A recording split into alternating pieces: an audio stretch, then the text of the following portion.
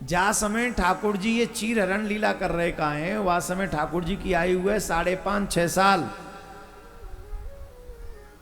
हम आपसे एक बात पूछते हैं, 6 साल का बालक, 5 साल का बालक, कोई माताएं बहन जो जवान हैं, युवा हैं, 30-35 साल की हैं या 16-17-18 साल की हैं, वो स्नान कर रही हों जमुना जी में या कहीं भी जहाँ वो स्नान करती हैं, स्नान के समय तो ऑब्वियसली वस्त्र कम ही होते हैं। और अगर 5 साल का बालक कोई आ जाए तो कोई झिझक मन में होगी? जवाब दो, क्यों नहीं होगी? है तो पुरुष ही, अरे बोलो बच्चा है। तो जब संसार का बच्चा बच्चा है तो परमपिता परमात्मा जो इस समय बाल लीला कर रहे हैं तो वो बालक नहीं है, वो भी तो बालक है। तो उनके आगे आने में गोपियों को क्या संकोच? पहली बात। दूसरी बात, अगर मान लिया जाए कि भगवान हैं, कौन है? भगवान। तो हमारा जब जन्म हुआ हम कहां से आए? जोर से बोलो। भगवान के पास से। तो जब आए कितने कपड़े पहन रखे थे हमने? जोर से बोलो। कौन से ब्रांड को?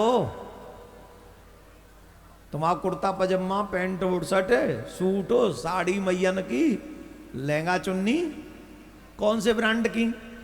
अच्छा चलो ठीक है। बोले अरे महाराज तब तो हमारे हाथों में नहीं था, अब मर गए, अब कौन से ब्रांड को? आए तब भी निर्वस्त्र और जाएंगे तब भी निर्वस्त्र। तो मध्याह्न में ये वस्त्र की आवश्यकता क्यों है? क्योंकि ये संसार पर्दा चाहता है, इनकी आंखों में, इनके चित्त में, इनकी बुद्धि में वासना है।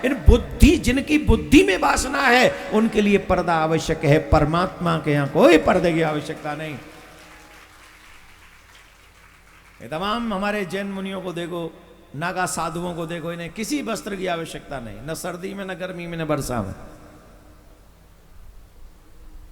जिन्होंने अपनी इंद्रियों को कंट्रोल में कर लिया हो उन्हें पर्दों की आवश्यकता नहीं।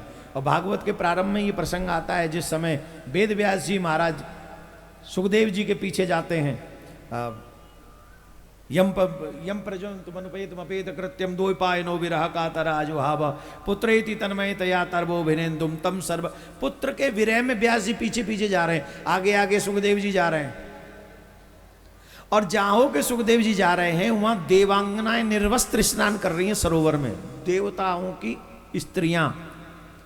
ध्यान से सुनिए, यहां बंसी बट पे ठाकुर जी के बार हो तो कोई न कोई कारण जरूर होगो, इतने विस्तार ना कहूं मैं, वो भी रास पंचाध्यायी है।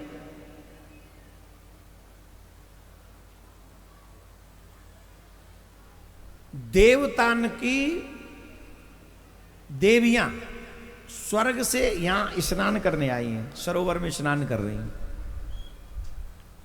अब वो देवी ऐसी सुंदर नहीं जैसी छारी वारी हैं, ये माटवारी हैं, ये ब्रजवासन है, जैसी हमारे तुम्हारी थूतरे हत का है। आज फोटो अच्छा आ जाए कल बुरो ही होगो, हाँ या ना? हाँ या ना? जवानी में कितना सुंदर फोटो आता है और बुढ़ापे में कोई ना कहे तो एक फोटो खिंचवा ले। एक फोटो नहीं खिंचवावे कोई, फिर आवे ही ना, समय होता है, निकल गया। अच्छे समय का अच्छा प्रयोग करो, फोटो हमेशा बना रहेगा।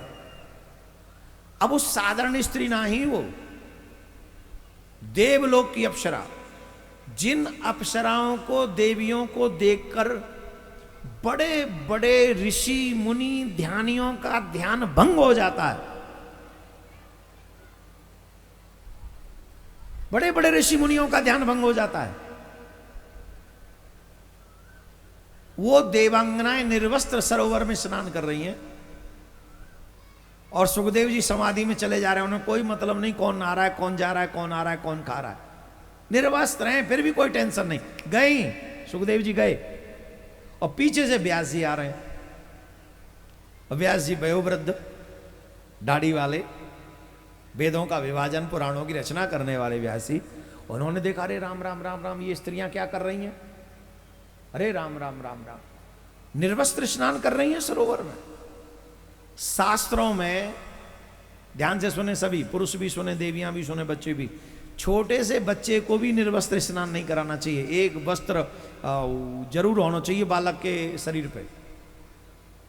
और माता बहन ले जाऊं बालक ने वो नल पे ठाड़ो कर दे फिर एकदम नंग धड़ंग, और वही पर पानी वो रो रो हल्ला मचा रहा, वो ना नहानो, फिर मैया बाल्टी पे बाल्टी डाले जा रहे। अरे यार लंगोटी तो लगा लाती। बालक हो या बड़ा, किसी को भी निर्वस्त्र स्नान नहीं करना चाहिए, शास्त्र विरुद्ध है। ये वरुण देव का अपमान है अगर आप निर्वस्त्र स्नान करते हैं। और इससे कोई फर्क नहीं पड़ता आप स्त्री हैं कि पुरुष। ना कुछ काम नहीं करने चाहिए, भोजन भी नहीं करना चाहिए। इवन आप रूम में अकेले हैं तो भी निर्वस्त्र शयन नहीं करना चाहिए। एक वस्त्र शरीर पे जरूर होना चाहिए, ये मर्यादा है। निर्वस्त्र तो तभी होते हैं जब दुनिया वाले कह दें राम नाम, कब समझ गए? और तब भी हम अपने आप तो नहीं होते। गली मोहल्ले वाले, गांव वाले, घर वाले, परिवार वाले कहते वो ताल ले। और सबसे ज्यादा नजर रहते कि हाथ में कहा पैर राख्यो है, नारे में कहा पैर राख्यो। और सासू मानते तो निवेदन है कुंडलन ने पहली बांट जाइयो, नहीं तो तुम आईसू जब तुम मरोगी रोमती रोमती तुम्हारे कानन ने फाड़ देंगी तुम्हारी बहू। और बहू ने पता हो जो कुंडल पहन के मर गई है तो बहू मई रोंगी कान के जोरे। अरे मम्मी कचूना है कह गई चीड़ दो। अरे जी मरी मराई के कान में खून कहां से आएगो? अरे भाई तो ठीक है। और वो कह रही तुम रो मैं भाल आ रही हूं, गई लेके। तो जितनी भी सासू माँ यहां बैठी हैं, I request all of you पहली बांट जाओ। दो बहू हो तो ये कुंडल ज्यादा जाओ, एक ज्यादा जाओ। चार बहू हो तो चवन्नी तेरी चवन्नी मेरी, ये चारों बांट जाओ, नहीं तो कान फटेंगे। सासू मानते हाथ जोड़ के प्रार्थना है। बांट दोगी कि ना है? ना मन मानना, ना मन मानना। क्यों सासू माता जो करे चाहे मैं नार कट जाए मर्द जब तक जिंदी हूं जब तक तो ना दूंगी। एक माता जी तो वही कह रही है मैं ना दूंगी बिल्कुल। जैया कह रही ना, कहा मैया सोने की चैन है, कहा है कचूना है, कानन में हत्थों है, मोइये दे जाइयो बहू ने दे के कहा करेगी। राधे राधे बोलना पड़ेगा। अच्छा रहता है जीते जी बंटवारा कर जाओ, टेंशन नहीं रहेगी। हाँ, और अगर जीते जी नहीं करो ना, ये क्यों लोग बड़े होते बड़े मुश्किल से भगवान को नाम ना लेते। और क्यों कहते जीवन भर का तो समय पर है, अंत में नहीं लेंगे नाम। राम नाम अंत में। एक कहानी याद है कि ध्यान से सुनो जजमान जी, बहुत गजब की कहानी, तुम्हारी सु काम की है। एक मैया बूढ़ी, महाकंजूस, महालोभिन, और ऐसी जीवन में कबू ने राम नहीं कही मोते। और जब भी कोई के भजन करो कर, अम्मा भजन करो कर, तो पता क्या कहती, अवई का मर रही हूं, जब मरूंगी तो कर लूंगी। क्या वो बार आते है तो जो कहते ये अम्मा कोई अंतिम समय पे भजन हो तो बोले ना मैं तो जब ही करूंगी, जब ही करूंगी। अच्छा कर ली। अब डॉक्टर ने कह दी अब जाके जोरे ज्यादा समय ना सेवा कर ले आके। अब वो चारपाई पे परी, लंबी लंबी सांस ले, यूं खींचे और फिर उतरा ही ना सांस, यूं खींचे। अब नाती पंती अच्छे कथा सत्संग सुनते, उनने कही याने कबू राम नाम ना लो हमारी अम्मा ने, तो कम से कम अभी आके मोहते एक बेर वो राम निकल जाए तो कछु तो भलो हो।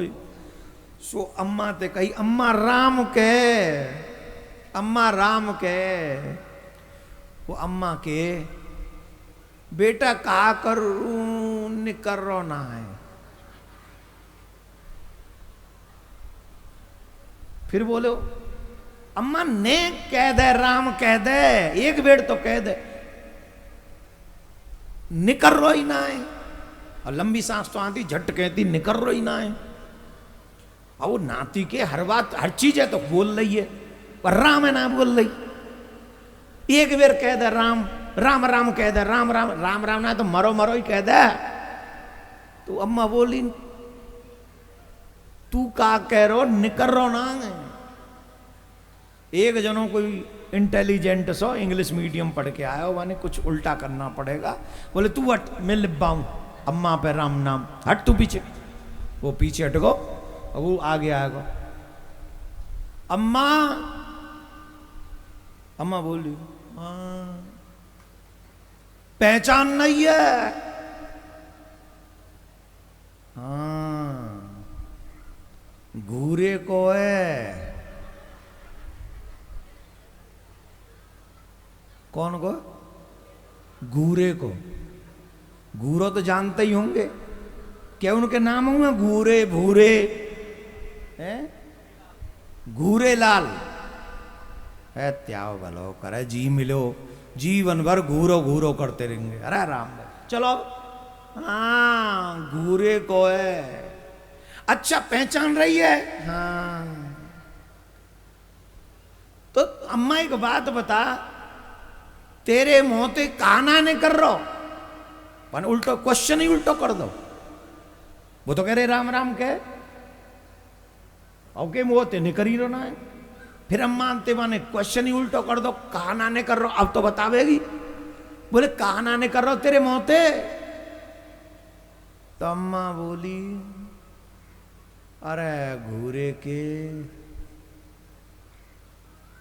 जो तू किब्बानो चारो बुनाने कर रो।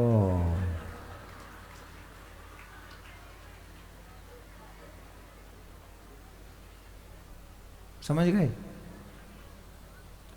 जो तू किब्बानो चारो है बुई नाने कर मऊ में ना बोली बाके मोते राम नाने करी कि राम नाने कर रो।